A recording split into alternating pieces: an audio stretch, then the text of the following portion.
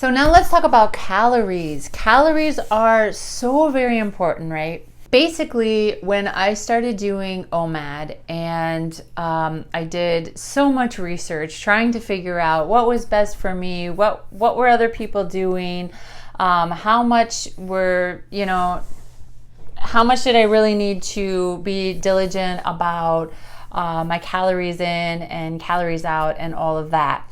So basically, I found that it wasn't easy to try to get in 2,000 calories a day.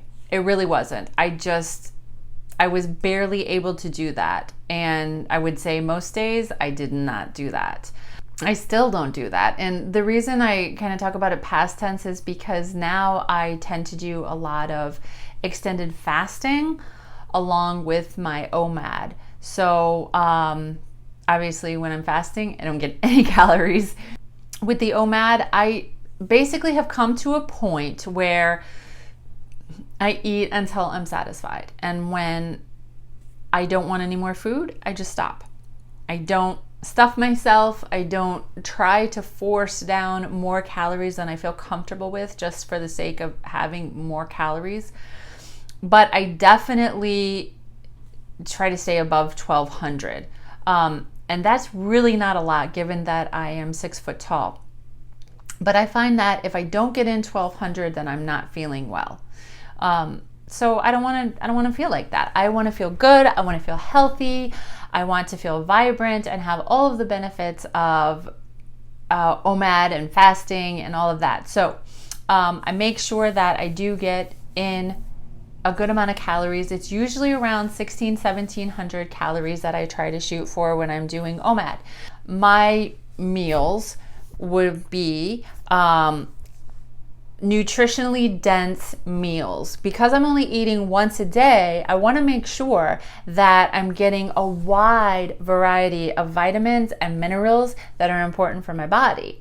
So I'm trying to include a big rainbow, and then my proteins and my healthy fats. So my healthy fats, and this is really great if you're trying to squeeze in more calories. So for example, if I have, let's say I'll have chicken with a big salad. So the salad might have kale and cucumbers and tomatoes and onions and radishes and nuts and cold pressed avocado oil with some vinegar, because there I'm adding in my calories. So nuts and seeds are so good for you, and they are just packed with nutrition. They're packed with healthy fats and the calories, and that's very good, because when you're eating only one meal a day, you kind of need to pack in those calories,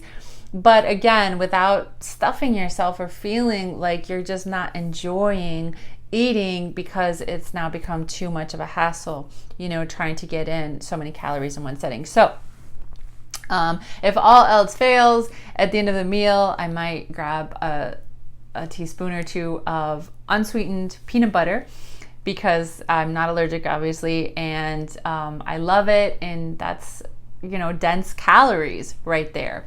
So those are some of the things I do, but I would say that calories are important because you don't want your body to go into starvation mode. So for me, the difference between extended fasting, where I'm not taking in any food whatsoever for 2, 3, 4, 5 days in a row, is one thing, and my body automatically shuts off the hunger hormone during that time. So the first couple of days it's still kind of going on, but then my body will shut the hunger hormone off. And on the contrary, if I'm taking in just a little bit of nutrition, let's say under 1,000 calories, my body is going to try to, it's going to get hungry because it wants me to eat more. It's like, oh, there's food, so let me try to get more of that, right? So that's why the constant hunger is there for people who are trying to eat a very low calorie diet and they never seem to really be satisfied. with that low calorie, and they often just go off the diet and gain all the weight back and all of that. Well, that's because it's a normal reaction for your body. When you're eating small quantities, your body says, hey, I'm not satisfied, I want more. So it releases that hunger hormone, so in the hopes that you'll eat more. But with fasting, with extended fasting, actually that hunger hormone is shut off.